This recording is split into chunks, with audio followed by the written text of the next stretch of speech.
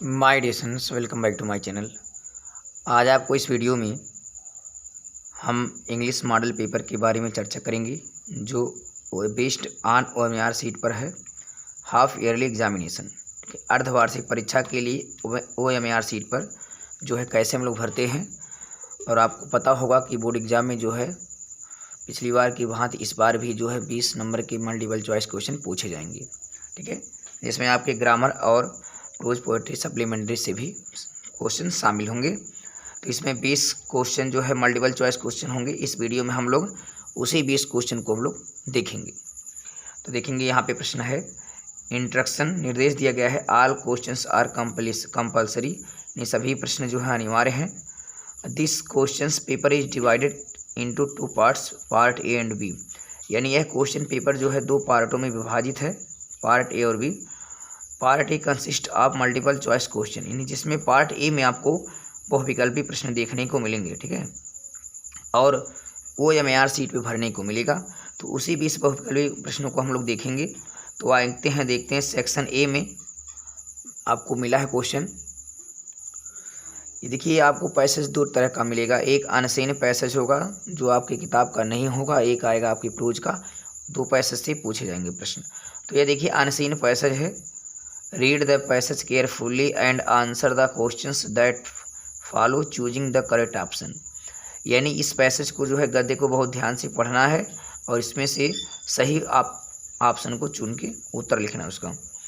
देखिए प्रश्न है, आप पढ़े होंगे फ्लोरेंस नाइटिंगेल के बारे में, a lady with the lamp, उन्हीं के बारे में प्रश्न बना है।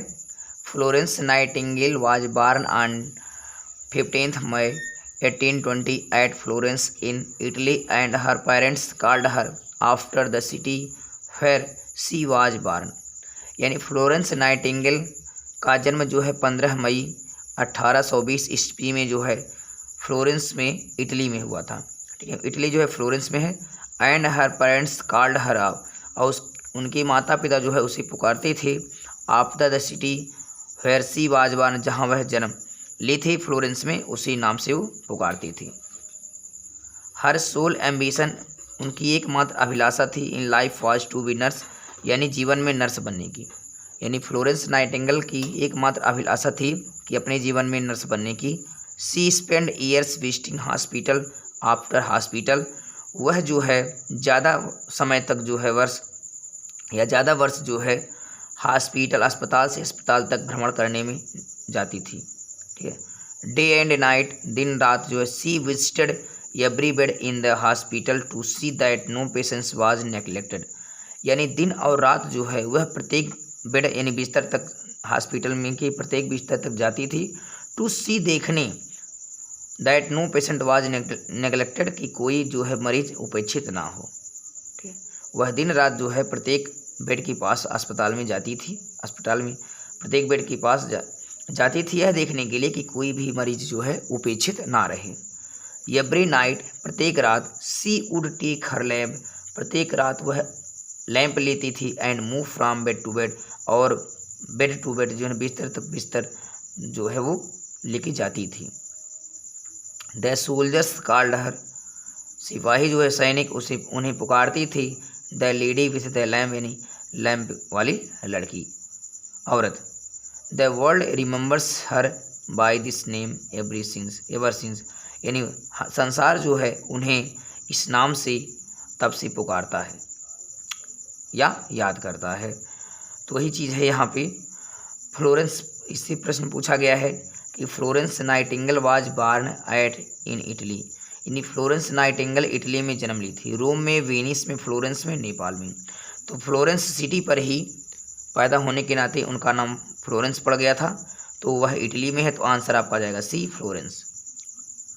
अगला है Nightingale ambition in life was to be, Nightingale की जो अभिलाषा थी जीवन में वो क्या बनने की थी, डॉक्टर की, नर्स, एक्टर या politician.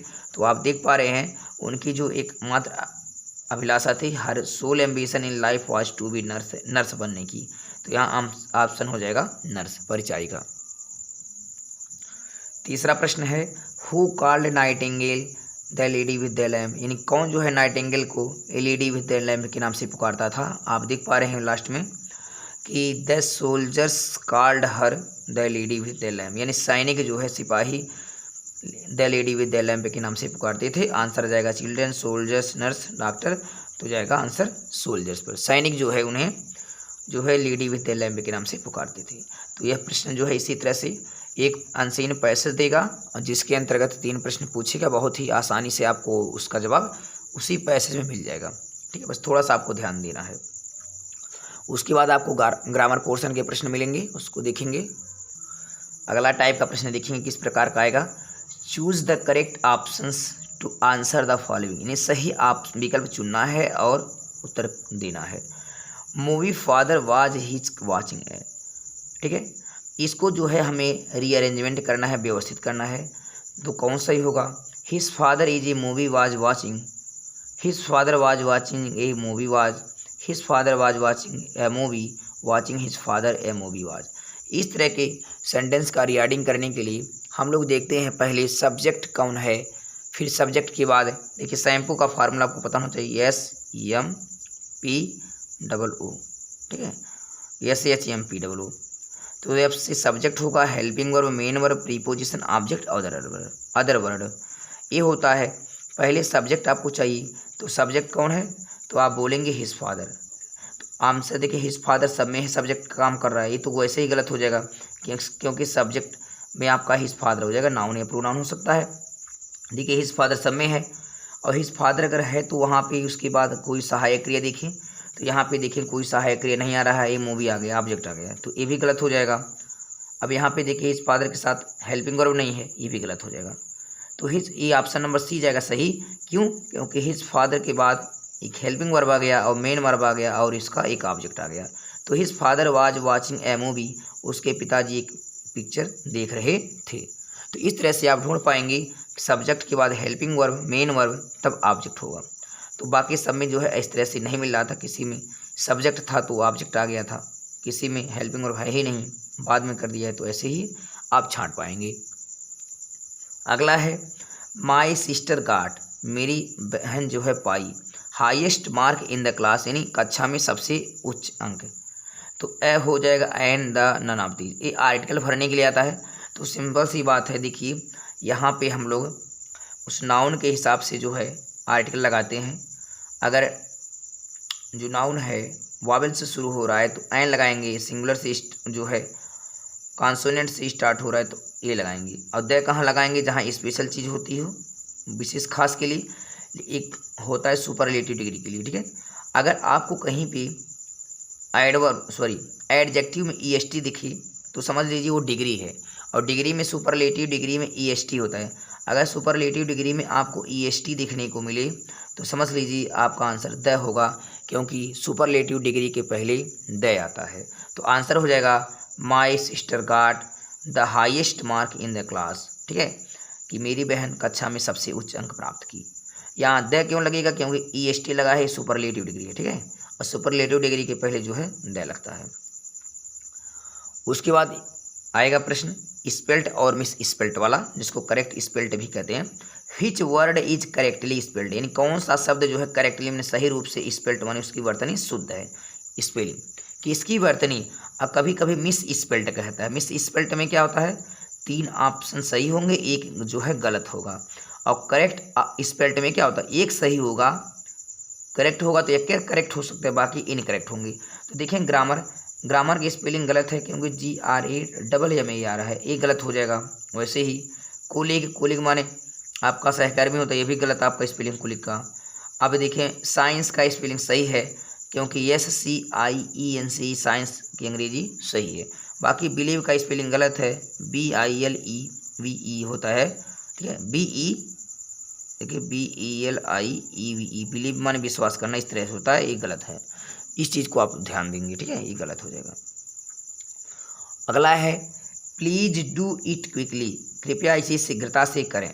Identify the adverb, adverb की आपको पहचान करना है। तो यहाँ से पार्ट ऑफ स्पीच से भी पूछा जाता है, कभी वर्ब पूछ लिया जाएगा, कभी एडजेक्टिव, कभी एडवर्ब छांटने के लिए उसको देखेंगे। देखिए एडवर्ब छांटना और आसान है। अगर आपको कहीं पे किसी भी शब्द के पीछे LY या LLY आपको देखने के मिले तो समझ लीजिए वह एडवर्ब हो जाएगा। तो देखें प्लीज में तो ऐसा कुछ है नहीं, प्लीज माने होता है विनती, डू माने करना, इट। तो यहाँ पे देखें क्विकली में एल वाई मिल गया। अगर किसी शब्द के पीछे एल वाई या डबल एल वाई मिली तो समझ लीजिए वह एडवर्ब है। तो एडवर्ब छाड़ने के लिए सबसे बेहतर तरीका ही हो जाएगा। अगला प्रश्न देखें 8वां है, this is a beautiful painting, यह एक सुंदर पेंटिंग है, चित्र है। आइडेंटिफाई द एडजेक्टिव, यानी आइडेंटिफाई माने पहचान करना है, एडजेक्टिव माने विशेषण की। विशेषण होता है जो नाउन की विशेषता बताती है, ठीक है। तो नाउन कौन है? पेंटिंग। पेंटिंग की विशेषता कैसी है कि वो ब्यूटीफुल, सुंदर है। तो जो किसी की विशेषता बताता हो नाउन या प्रोनाउन की, वो होता है विशेषण। तो यहाँ विशेषता तो हो गया सुंदर, सुंदर की अंग्रेजी कौन है? तो ऑप्शन नंबर डी देख पाएंगे, ब्यूटीफुल जो है इस पेंटिंग की विशेषता बताया रहा है, तो इसलिए एडजेक्टिव हो जाएगा। अब अगला पैसेज आपको मिलेगा इस तरह से। एक पैसेज आपको मिला है अनसीन पैसेज, जो आपके बिना किताब का रहेगा, अपठित गद्यांश। एक होगा आपकी प्रोज का, इसको देखेंगे। रीड द, ये 9वां प्रश्न होगा, 9 और 10 दो प्रश्न पूछे जाएंगे। Read the following passage given below and answer the questions that follow, यानी इस पैसेज को जो है पढ़ना है और पढ़ के जो है आंसर देना है, जो दिए गए नीचे पैसेज होंगे। है 10th May dawned bright and clear. For the past few days I had been pleasantly besieged by dignitaries and world leaders who were coming to pay their respect before the inauguration. The ceremonies took place in the lovely Sandstone Amphitheater. ये पाठ Nelson Mandela पाठ से लिया गया है। Nelson Mandela long walk to freedom, ठीक है। ये पढ़े होंगे नेल्सन मंडेला, जो दक्षिण अफ्रीका के श्वेत जो है व्यक्ति थे और पहले राष्ट्रपति थे, ठीक है। तो वही लिखा है 10th May dawned bright and clear, यानी 10 मई का जो दिन था वो बहुत चमकीला स्वच्छ था।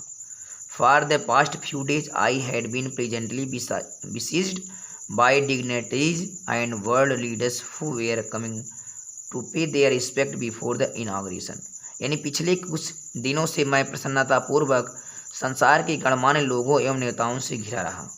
वो कह रहे थे नेल्सन मंडेला कि पिछले कुछ दिनों से मैं जो है प्रसन्नतापूर्ण संसार के गणमान्य, डिग्निटीज मन क्या होता है? गणमान्य होता है, श्रेष्ठ लोगों एवं नेताओं से, ठीक है। लीडर मान होता है नेता, लोगों एवं नेताओं से घिरा रहा था, ठीक है। विशेष में घिरा रहा था। उसके बाद है जो अदा करने के लिए, जो पहले अपना सम्मान अदा करने के लिए आ रहे थे, क्या है? हु वेयर कमिंग, जो आ रहे थे, टू पे अदा करने के लिए, देयर रिस्पेक्ट अपना सम्मान, बिफोर द इनाग्रेशन उद्घाटन से पहले, जो उद्घाटन से पहले अपना सम्मान जो है अदा करने के लिए आ रहे थे। द सेरेमनीज टुक प्लेस, यानी सेरेमनी माने तो समारोह, टुक प्लेस समारोह का जो आयोजन हुआ था, इन द लवली यानी एक प्यारी सैंड स्टोन यानी बलुई पत्थर के एम्पी थिएटर में, रंगशाला में, यानी बलुई पत्थर की रंगशाला में, एक सुंदर बलुई पत्थर रंग की रंगशाला में जो है उस समारोह का आयोजन हुआ था, जो उद्घाटन समारोह हुआ था। और याद कर लेना डेट, आपका डेट जो है वो 10 मई था, 10 मई को।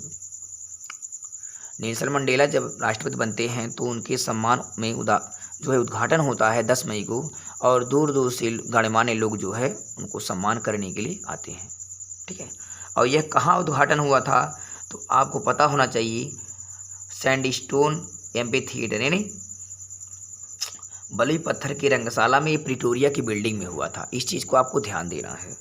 तो चलिए देखते हैं, प्रश्न पूछा गया where did the ceremony take place, यानी समारोह का आयोजन कहाँ हुआ था? तो आप देख पा रहे होंगे लास्ट में कि the ceremony took place, take का पास्ट टुक होता है, in the lovely sandstone amphitheatre में हुआ था। ऑप्शन देख पाएंगे, rock stone amphitheatre, sandstone amphitheatre, Gladstone amphitheatre, none of the, इनमें से कोई नहीं। देख पा रहे sandstone amphitheatre, option number आपका जाएगा बी में, यानी बलुई पत्थर की रंगशाला में हुआ था। यह प्रिटोरिया की बिल्डिंग में हुई थी, ठीक है। इस चीज़ को ध्यान दें। अगला देखेंगे, what is the date of inauguration, उद्घाटन का दिन क्या था, तारीख क्या थी? 10 मई, 9 मई, 11 मई, 12 मई।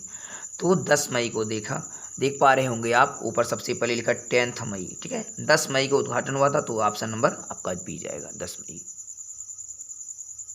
इस प्रकार जो है आपकी प्रोज से 2 क्वेश्चन पूछे जाएंगे। उसके बाद आपको और भी कुछ प्रश्न मिल जाएंगे। क्वेश्चन 11 से 13 में चूज द करेक्ट ऑप्शन, सही विकल्प चुनिए, to answer the following question, और दिए गए प्रश्न की का उत्तर दीजिए। What was the seagull afraid of. अब यहाँ पे आ गया है आपका इस पार्ट से कि सीगुल पढ़े होंगे आप, समुद्री पक्षी, टू फ्लाइट स्टोरी, ठीक है, टू फ्लाइंग स्टोरी आप पढ़े होंगे कि उड़ान के बारे में जो है दो कहानियाँ थी, एक जो है समुद्री मछली के समुद्री पक्षी के बारे में सीगुल नाम था, एक जो है हवाई जहाज के बारे में। वही पूछा गया है कि what was the seagull afraid of, यानी सीगुल जो छोटा समुद्री पक्षी था वो किससे डरता था। रनिंग दौड़ने से, स्विमिंग तैरने से, फ्लाइंग उड़ने से, नन ऑफ दीज, इनमें से कोई नहीं। तो जो छोटा समुद्री पक्षी था वह उड़ने से डरता था, क्योंकि जब वह उड़ना चाहता था तो वो गिर जाता था, इसलिए वह उड़ने से डरता था। बाकी उसके भाई और बहन जो है वो उड़ते थे। अगला है what language was Annie's diary, any की डायरी की भाषा क्या थी। ओरिजिनली राइटन इन, जो है अब लिखी थी, असलियत में जो है जो उसकी असली लिखावट थी वो किस भाषा में थी। स्पेनिश में, इंग्लिश में, डच में, फ्रेंच में। तो आंसर आपका आ जाएगा डच भाषा, जो नीदरलैंड की भाषा है, वहीं से ली गई है। तो वह जो एनी फ्रैंक जो है अपनी जो डायरी लिखी थी वो डच भाषा में लिखी थी। उसके बाद अगला प्रश्न आपको मिलेगा, how much money did Lencho ask for, यानी कितने जो है धन लेंचो ने मांगा था। किससे मांगा था? भगवान से। आपको पता होगा कि लेंचो का पूरा फसल नष्ट हो गया था, तो उसने जो है पत्र में भगवान से पीसोज मांगे थे, पैसे। कितने पैसे मांगे थे? 10 पीसोज, 100 पीसोज, 1000 पीसोज, 70 पीसोज। तो लेंचो ने भगवान से 100 पीसोज मांगा था और उसको जो है केवल 70 पीसोज प्राप्त हुआ था, ठीक है, क्योंकि सभी कर्मचारी जो है पोस्ट डाकखाने के वो केवल 70 पीसोज इकट्ठा करके ही भेज पाए थे, और उसको लगा था कि 30 पीसोज जो है डाकखाने के कर्मचारी ले लिए, ठीक है। तो लेंचो जो भगवान से 100 पीसोज मांगा हुआ था। अगला प्रश्न है, अब देखिए 14 से 15 में आपको एक पोएट्री का स्टैंजा मिल जाएगा देखने के लिए, कोई ना कोई एक 4 लाइन की। Read the given extract and choose the correct option to answer the following questions. जो अवतरण दिए गए हैं उनमें से जो है सही ऑप्शन को चुनकर उत्तर देना है। अब देखिए किस पार्ट का है। He hears the last voice at night the patrolling cars and stairs with his brilliant eyes at the brilliant stars. ये टाइगर इन द जू वाला है, इसी पार्ट का लिया गया कि एक चिड़ियाघर में जो बाघ होता है, ठीक है, चिड़ियाघर में जो बाघ होता है अगर जंगल में होता है तो दहाड़ता है और लोगों को जो है भयभीत करता है, लेकिन अगर वही चिड़ियाघर का शेर जो बाघ जो है पिंजड़े में चला जाता है तो उसकी शक्ति जो है सीमित हो जाती है, वो चाह के भी कुछ नहीं कर पाता है। उसी पार्ट से लिया गया है। देखिए, he hears the last voice at night, वह रात में अंतिम आवाज़ को सुनता है। द पेट्रोलिंग कार्स, यानी गश्त, पेट्रोलिंग माने क्या होता है? गश्त लगाने वाली। द पेट्रोलिंग कार्स यानी गश्त लगाने वाली कार की वो अंतिम आवाज़ रात में सुनता है। एंड स्टेयर्स, और घूरता है विथ हिज ब्रिलियंट आइज, अपनी चमकीली आंखों से घूरता है। क्या घूरता है? एट द ब्रिलियंट स्टार्स, यानी चमकीले तारों को वह अपनी चमकीली आंखों से घूरता है, ठीक है, और गश्त लगाती हुई कार की अंतिम आवाज़ रात में वो सुनता है। तो देखेंगे प्रश्न क्या है। At what does the tiger look at night, यानी रात में जो है बाघ क्या देखता है? Patrolling cars, his house, stars, all of above. तो आंसर यहाँ हो जाएगा जो tiger look at the night, तो पेट्रोलिंग कार्स देख पा रहे हैं, पेट्रोलिंग कार्स गश्त लगाने वाली कार को देखता है। उसके बाद है how do the eyes of the tiger look, यानी उसकी आंखें किस प्रकार दिखती हैं उस बाघ की? तो देख पा रहे हैं ब्रिलियंट आइज, कैसी आंखें है? चमकीली आंखें। तो आंसर हो जाएगा सैड, ब्रिलियंट, डार्क। तो ब्रिलियंट चमकीली आंखें जो है उसकी दिखाई देती हैं। अगला प्रश्न है 16 से 20 तक। Choose the correct option to answer the following question, यानी सही विकल्प चुनकर दिए गए प्रश्नों के उत्तर दीजिए। अब देखिए ये सप्लीमेंट्री रीडर कहा है। Mrs Pumphrey was a very lady, यानी श्रीमती पंफ्रे जो थी एक कुत्ते वाला, उसी पार्ट से लिया गया है। ट्रम्प ऑफ सर्जरी, शल्य चिकित्सा की विजय में एक जो मिसेस पंफ्रे होती हैं मालकिन, उसका एक कुत्ता होता ट्रिगी, वह जो है बीमारी से ग्रसित हो जाता है। Mrs Pumphrey was very lady, यानी श्रीमती पंफ्रे एक औरत थी बहुत, माइजर कंजूस की, गरीब की, निर्दयी और रिच। तो आंसर जाएगा रिच पे, क्योंकि मिसेज पंफ्रे एक रिच लेडी थी, धनी महिला। अगला है name the shop above which Anil lived, यानी उस दुकान का नाम बताइए जिसमें अनिल रहता था। अनिल और हरी सिंह पार्ट आप कहानी सुने होंगे, थीप्स स्टोरी, चोरी कहानी। तो अनिल जो है कहाँ रहता था, लेडू sweet shop, Jamuna sweet shop. तो आंसर आपका जाएगा जमुना स्वीट शॉप, इसी में रहता था, ठीक है। और Krishna sweet shop, Ganga sweet shop. तो आंसर जाएगा Jamuna sweet shop. Who was आसबल, आसबल कौन था। यहाँ भी आसबल वाला है, गुप्तचर वाली कहानी पढ़े होंगे, मैक्स और आसबल ये दोनों गुप्तचर थे। तो आसबल कौन था, वेटर था कि सीक्रेट एजेंट, गुप्तचर था कि राइटर था कि पुलिसमैन था। तो आसबल और मैक्स ये दोनों सीक्रेट एजेंट थे, गुप्तचर थे। अगला है how old was the thief boy, ने चोर लड़के की उम्र कितनी थी। जो चोर लड़का था थीप्स स्टोरी में उसका नाम था हरी सिंह, ठीक है, और एक अनिल था। तो हरी सिंह आपको देखेंगे देखना होगा, हरी सिंह की जो उम्र थी वो 15 साल की थी। कितनी की थी, 15 साल की। लेकिन अगर पूछ लिया जाए उस पाठ में अनिल की उम्र 25 साल थी, 10 साल बड़ा था। तो चोर लड़के की उम्र पूछी जा रही, तो चोर लड़का हरी सिंह था तो उसकी उम्र 15 साल थी। लेकिन अगर अनिल की उम्र पूछी जाती तो 25 आप बताती।